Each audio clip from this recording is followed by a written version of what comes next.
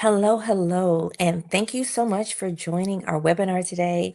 My name is Eleanor Curry. I am the managing partner for the Curry Law Firm, and it is the month of love, and love is an amazing thing. So, today we will talk about what happens when you refine love, when you re explore love through marriage, and how you can balance that from a perspective of protection of your legacy, maybe protection of the memory of your first love, your first marriage, and certainly the memory of your kids or your legacy for your kids and grandkids and maybe generations to come, because it can be a slippery slope thinking you're protecting one thing, maybe your present, without at least considering your past and your future. So in this webinar, we'll try to talk about the balance of those interests, your past, your present, and your future in your love life, especially when it comes to remarriages. So as we kick off, just a little bit about me. My name again is Eleanor Curry. I am a graduate of the Florida A&M University and as well South Texas College of Law. I have started in business, got an MBA, and then moved to law. And because of that, I've been a serial entrepreneur. I've been a real estate investor all of my life, but I have a real passion for businesses, passion for business owners, and being in the realm of business, being in the realm of property owners, being in the realm of real estate, you really begin to think about your legacy, because as you start a business, as you own real estate, you're really planning not just for what you have, but you take out the immediate need, maybe for cash flow, and start looking to how this goes into your future. And that's certainly what we do when we talk about estate planning. We think about future plans and where things can grow from the point you are today. So at our firm, because those are kind of my passions, our firm has grown from business and real estate owners. And so we call ourselves a one-stop shop for business and real estate owners, where we do everything from the rooter to the tutor when it comes to legal services. And that can include starting your business, growing your business, protecting your business as you grow, litigation for your business, and certainly planning your legacy for your business and for yourself personally. Under this webinar, we really plan to talk about the unique interests you have when you're in a second relationship, a second marriage, because you may have the newness when it comes to your first marriage. You may have you may be fresh to the real strains and constraints of relationship, especially the legality of it. And by the time you get to your second relationship, you probably have more awareness of it, and you probably have more of a complicated concern. You may think about your kids from a first marriage. You may think of your kids from a marriage outside of a marriage altogether, and making sure you're being fair to everyone, making sure you're protecting your legacy can become much more complicated. And if you don't plan, if you plan to fail, you fail. If you fail to plan, you plan to fail, right?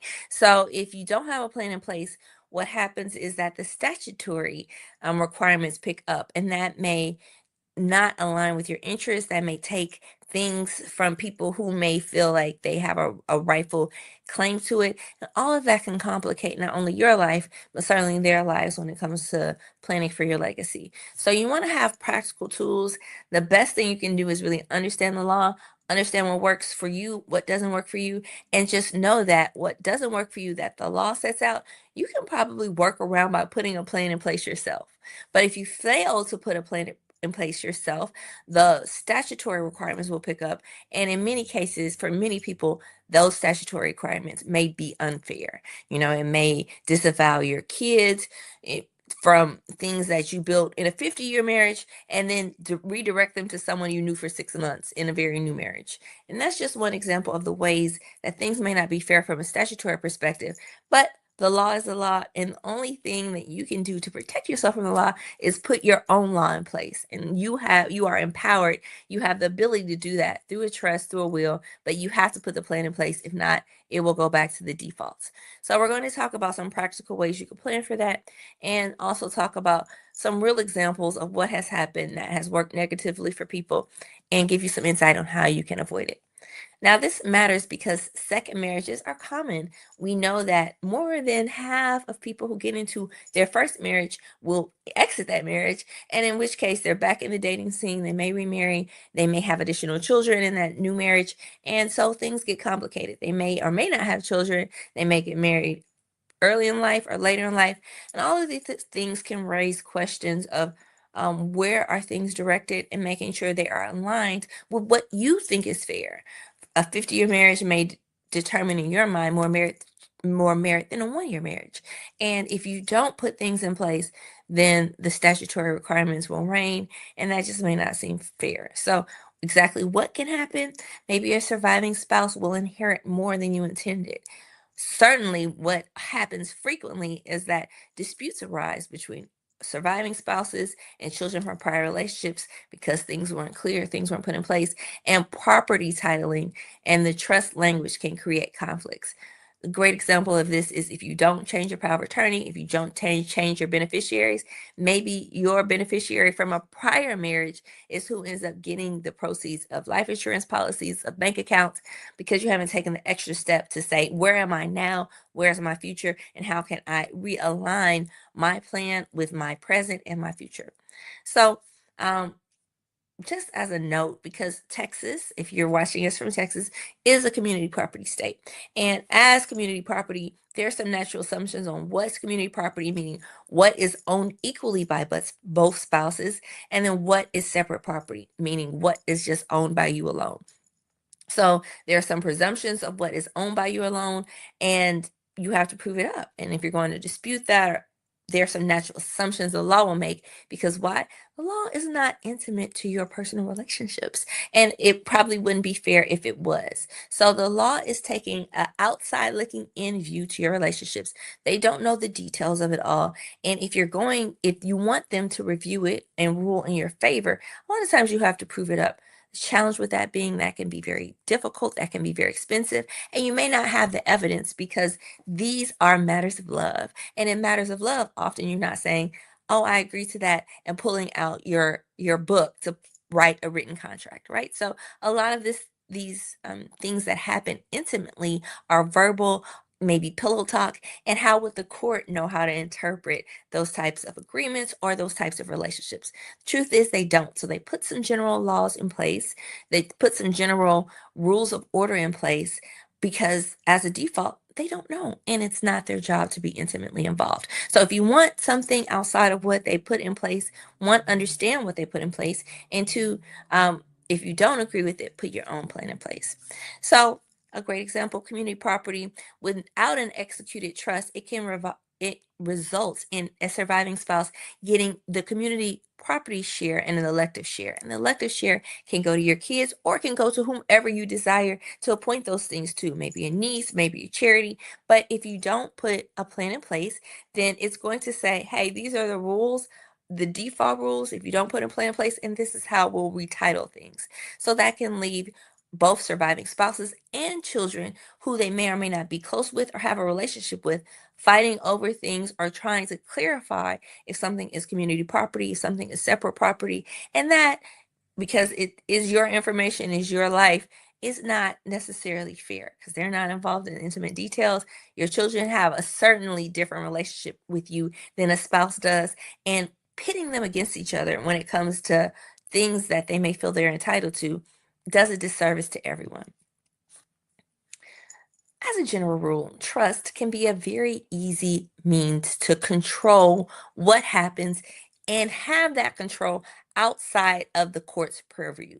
So, if you have a will, you may set up the exact same instructions you set up in a trust, but the difference is you have to open up your will in the probate courts, and they ultimately will decide what's fair, what's not fair. People have a chance to contest, while a trust is separate and apart from that.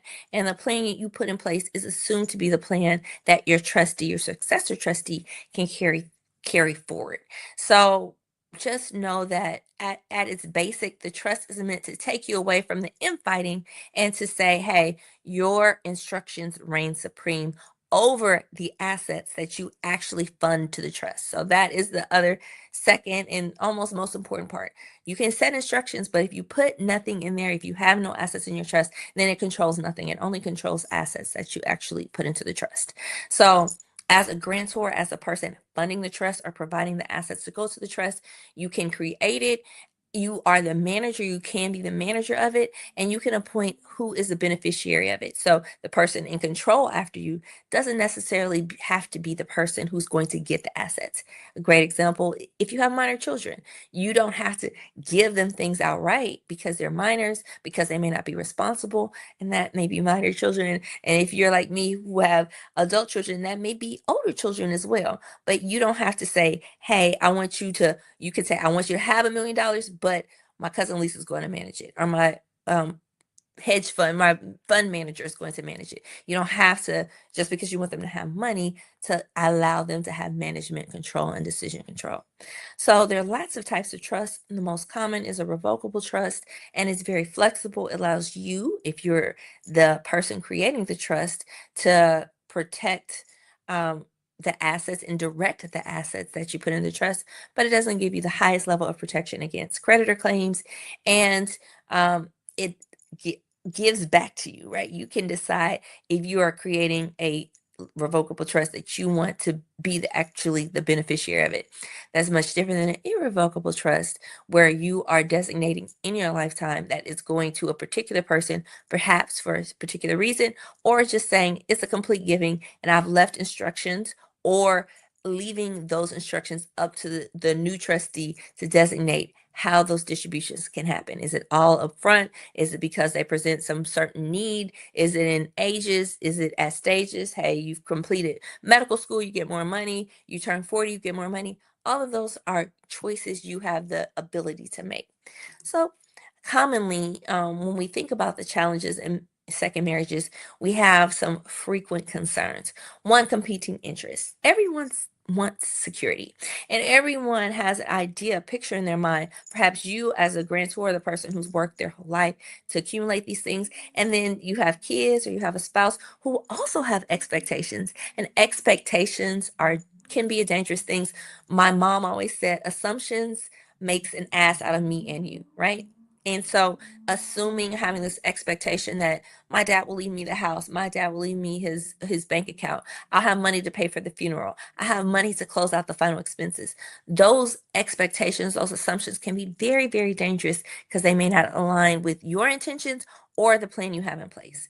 So your current spouse, if you're remarried, likely wants security. You have agreed and committed through marriage to go into a building process with them on what you have. And you also, if you have children, may also have expectations. Hey, you and mom bought that house, so it's going to come to us. Or, and you and mom, you worked that job when you were with my mom. And so any retirement benefits I would expect to come my way. And so that those expectations may or may not align with what you've put in place or how the law will treat any new spouse. Because if you say it was my fifth marriage or my first marriage, my last marriage, the law treats a spouse a certain way and elevates the expectation of what a spouse gets. So they don't take into consideration, hey, this spouse was only married to you for one day, right? If you married that spouse for one day, they may be entitled to certain things, including a life estate in the house. So even if they don't have the ability to outright own the house, they do have the ability to live in the house the rest of their life. And if you're 75 and married a 25-year-old, that may extend beyond the life expectancy of your children as well, right? So just be aware of that. Now, another thing is a probate versus non-probate asset. Probate, if I wasn't clear before, is the process of probating a will, presenting a will to the court and letting the court follow the instructions to finalize what is left in that will. Now, a non-probate asset may be something like a trust where you're not going through that formal process, but you have left instructions in place. So some things that are just completely out of probate are accounts such as bank accounts or life insurance policies that you have left a beneficiary for. But the challenge is, one, fairness. Hey, perhaps you got life insurance policy 20 years ago and your ex-wife is a beneficiary. Now, it may be done with the expectation, of course, she'll distribute to our children together, but that may or may not be true. And her new situation, his or her new situation, may add complications to that because she may have been left, you've left her those funds earmarked for your kids, but she has a new spouse and they make a claim to the funds that are in their community property bank account, right? So just awareness of that. And of course, trust assets do not avoid probate while wills do not. And finally, assets that are brought into the marriage. Now, this is where it gets complicated because you have all these different delineations of separate property and community property. A basic explanation of that is separate property is property that you have either accumulated prior to the marriage or they are automatically earmarked as separate property, such as an inheritance. And that's different than marital property, which is assumed to be a 50-50 split between you and your spouse. And those are usually things that have been accumulated during the time that you are married or funds that have been commingled in community property accounts. Under this webinar, we certainly hope you understand some of the unique challenges that come to second marriages, and we hope that you are able to learn a bit more about wills versus trusts. The most important thing whenever I'm talking to anybody on this subject is education is key. Understanding where things stand, understanding what helps you, behooves you, what the default of the law is. All of that insight is critical to help you make the decision that is best for you. And at the end of the day, that's the best you can hope for. This is what I want for my family, for my kids, for my spouse. This is how I respect prior marriages, especially if you are a widow or widower. And balancing all that can be challenging. So getting the education on what the default is and understanding what your wishes are is the best way to protect against that. So, trust, how do they work? As a trust, if we're talking about, I'm going to frame this from a perspective of a living trust or a revocable trust. But generally, the grantor is the first beneficiary, but also is the creator of the trust. And they usually are the first trustee as well. As the trustee, they have the ability to make all the decisions about the trust. That may be distributions, that may be making changes to the trust. And at the time of the grantor slash trustee's death, the trust becomes irrevocable, meaning the successor trustee, the next trustee, it's only their job to follow the instructions of the trust. And if you're the beneficiary to that trust, then it's your job to receive the assets earmarked for you as aligned to the trust. So whatever the instructions are, either you get the money outright, you get the money $500 a month, you get $40,000 when you turn 40. They just get the benefit of that, and they get those distributions as prescribed in the trust. So they do not have to all be the same person, but they frequently can be. And it just really depends on your trust level and certainly understanding whatever everyone's responsibility will be. Now, for a second marriage, I could go into a really big rabbit hole when it comes to this, but let's just talk about some broader level concerns. You can have a marital trust with a children's trust component. And usually that is a trust where two people are still married and they're just saying, hey, what we've built for our family, the family that exists today, and our children, we want to reach beyond our deaths. So we're going to set up a plan now for our assets together, and we're going to designate that whatever the surviving spouse doesn't use will go to our children in this quantity or with these instructions. So it allows a married couple to set a plan in place that extends beyond their death for things that are shared concerns for them during their marriage and during their lifetime. Now, a Q-tip trust or qualified terminable interest property trust um, allows one spouse to say, hey, you can't go around making changes without me, right? If we're setting up a plan for our children, it's not you as a surviving spouse get to come in and make additional changes, right? So it allows one person to say, this is my definitive plan for what I want to happen to my either separate property or my share of the community property to benefit my or our children. And then finally, we have a separate versus shared trust accounts. So you can or cannot have a trust with your spouse. You can choose to put your own things in your trust. You can choose to have shared instructions with another grantor in a trust. That may be a spouse, that may be a friend, that may be the stranger down the street, right? You can always choose to go into a trust scenario with someone. But in a marriage, when you're thinking about this, it really comes from a space of what you want to fund or give to the trust, empower the trust to control, and it may differ. So you may say, I'm going to fund a trust for my children, and then fund a separate trust for my new spouse so that there's not confusion. There's a clear direction to where I want things to go for each party or for groups of parties. Now, what we commonly hear is, hey, I have a prenup, I have a new spouse. What does that protect me against? And just if you didn't know, prenups are about things that you own prior to your marriage, assets that were yours prior to your marriage. You often do not want to get into a situation where you're battling or your children are battling to segment or define how your assets should be classified. Is it separate property? Is it community property? When did I acquire this? Was it prior to the marriage?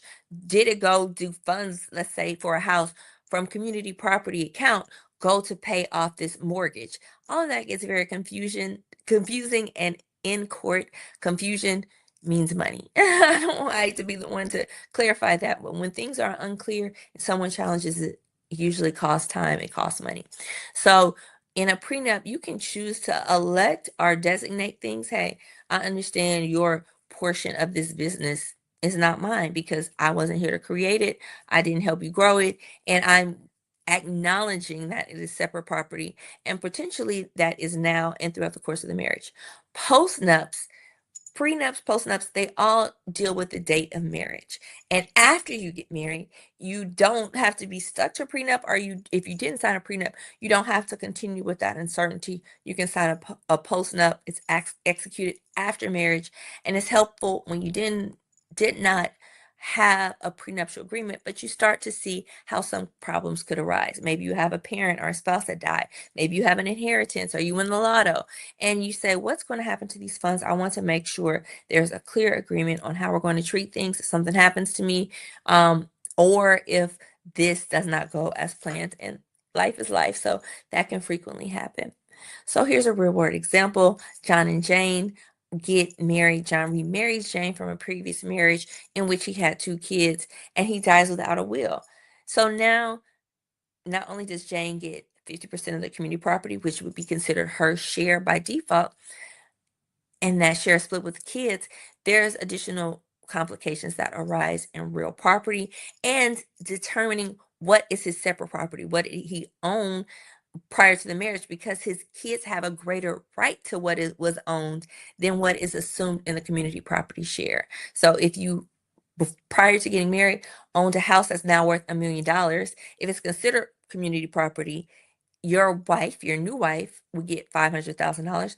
Your kids would get $500,000. However, if it's determined that your new wife, it's not a part of the community, your kids will get a much different share. So this can mean hundreds of thousands of dollars when it comes to the division between a spouse and children. So just to be aware of that.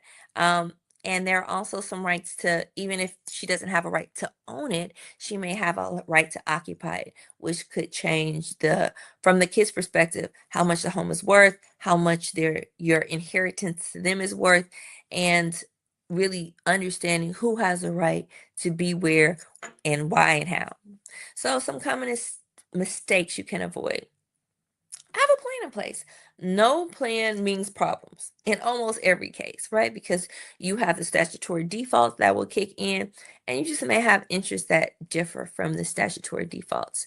If you only have a will, then just know you do have to present an original copy of the will to the probate courts, and you have to go through the probate process. And as an attorney, and as a litigating attorney, I would say almost nothing in court is fast. Just because you give it to an attorney or go file it today does not mean it will be filed tomorrow. And when it comes to probating a will, there are certain statutory requirements, including publication of the death for a certain period of time, allowing creditors to present any claims, doing an accounting of any assets owed. All of these are processes through the court, and they take time. So it will almost certainly never be fast. So a lot of times people say, I have a will, I'm protected. No, your plan is set in place. But if protection means things go smoothly and easily, that is not guaranteed through the probate process. And then often outdated documents, it is the bane of any remarriage situation, because then people have ex-spouses getting large insurance policies, ex-spouses being the beneficiary on the bank, and to come back and say, oh, this deceased person did not mean that is almost impossible, because their thought is if they didn't mean it, they would have changed it. So just be aware that as life changes, your plans around how you want your legacy to go into effect should change as well. So we talked about this, but probate is a process that's court supervised. It's a public record. Anyone who believes themselves to be an heir can contest that. They too has a proof of how they feel like that relationship came into place, but they can contest if they can quantify how they are a heir. And it can take certainly months, but it can go further as far as many years later. People are still fighting about sometimes big issues, sometimes big accounts, sometimes big property, sometimes the smallest things. From a trust administration perspective, once a trust is in place and someone is deceased, it can be very easy for a successor trustee to pick up the plan and begin to run with it. So it is always private, tends to be a lot more flexible, and it is a lot faster for the process of transition to happen. You're not waiting for the court. You're not waiting for your court date. You're not waiting for your notice requirements to expire. You can just proceed with the plans in the trust. So what you really want to do is balance. You want to have a plan that you revisit, that you're aware of, that you don't set it and forget it. So you want to understand what the inventory of your assets are, both separate and marital. If you don't set those things up, how would someone know? If you can't remember if you bought the house or how much money you made after you went into a marriage, how would anyone else begin to put that together? So you are kind of the master of your mind, the master of your status, the master of your accounts. And if you don't plan for it, it is always difficult for someone to come in, pick up the pieces, and understand what you want to do. Trust structure, as far as marital trust or trust for your kids, are something that combines and protects everyone. Making sure you have a plan in place, you understand the statutory repercussions, and you communicate that. The communication is where you stop a lot of the squabble, and it's hard to communicate what you don't understand. So understand it and make sure you share with people that are either beneficiaries or responsible parties in your trust plan. And then for designations, not everybody has to be your everything. That could be your favorite cousin, that could be your mom, your sister. But if they've never touched the types of assets and the amount of assets you have in your account, don't put that onus on someone who is ill prepared to do what you need them to do, right? Making good decisions for not beneficiaries, responsible parties is key, and putting a plan in place in case as life happens, you're not able to go with your number ones is super important. And then anytime you have something happen in your life, the birth of a baby, the death of a family member, you get remarried, all these things can be sad, they can be joyous, but they all require you to go back and review how things are set up. So I want to make sure that if you have any plans or questions, we address them today. Some common questions: what happens if I don't update my plan after remarriage? What you plan and put in place and what is signed and last executed by you at the time of your death is assumed to be your plan. So what is in place is not overridden by most things, but it certainly is not overridden by your death or your remarriage. So if you don't change your plan, then the plan is still in place. Another common question that we face: how are separate assets treated if no trust exists? Well, they're treated as separate assets, and it goes back to the statutory default, which we spent some time today talking about. So however the state and laws and legislation has classified those assets, it's how it will be classified. Now, someone can go back and challenge that and try to prove up separate assets. Hey, this is the date they bought it. This is the date. This is how we commingled our funds. It is either community property and should be classified as separate property or vice versa. But all of that takes a lot of time, a heck of a lot of work, and often you may not have the accounts and the bank statements from 20 years ago. You may not remember. No one may remember. And so you certainly lose the risk that that intellectual property that's locked away in your brain is lost forever. Something happens to you, or just no one can find it to the degree that they can prove it up. Now, I think from the course of all this, you understand this is certainly a passion project of mine. And I would love if everybody took the time to think about their legacy and put a plan in place. And if you decide to work with us at the Curry Law Firm, we certainly believe that personalized informative plans help you and your family make the best decisions for your future and certainly for your legacy. You don't want to pit your spouse and your children against each other. They all seemingly had some love for you, and you want to honor that love and respect that love and how you plan your legacy. And putting a plan in place helps avoid, in the most likelihood, unintentional outcomes of probate, which may just say, hey, the default is she didn't put you in the account, so it goes to your ex-wife. She didn't add you to the account, so we're going to assume it's community property, when you may have had a very different plan. Now, if you heard what I've said and you want to move forward with making sure your plan is in place, or your plan is in place based off of your present and your future, not just your past, then feel free to reach out to us here at the Curry Law Firm. You can always go to the website planwithtrust.com or theclfirm.com, or reach out to us via email or phone, and we're happy to take your questions and set up a consultation so we can best understand your needs and assist with them. Now, today only, if you proceed by the end of the month, you can get 20% off a marital trust, or pair a marital trust with a different component, maybe a trust for your parents, and get 30% off. So a great value if you're able to take advantage of that throughout the month of February. Thank you so much for joining us today, and we look forward to hearing from you and working with you in the near future.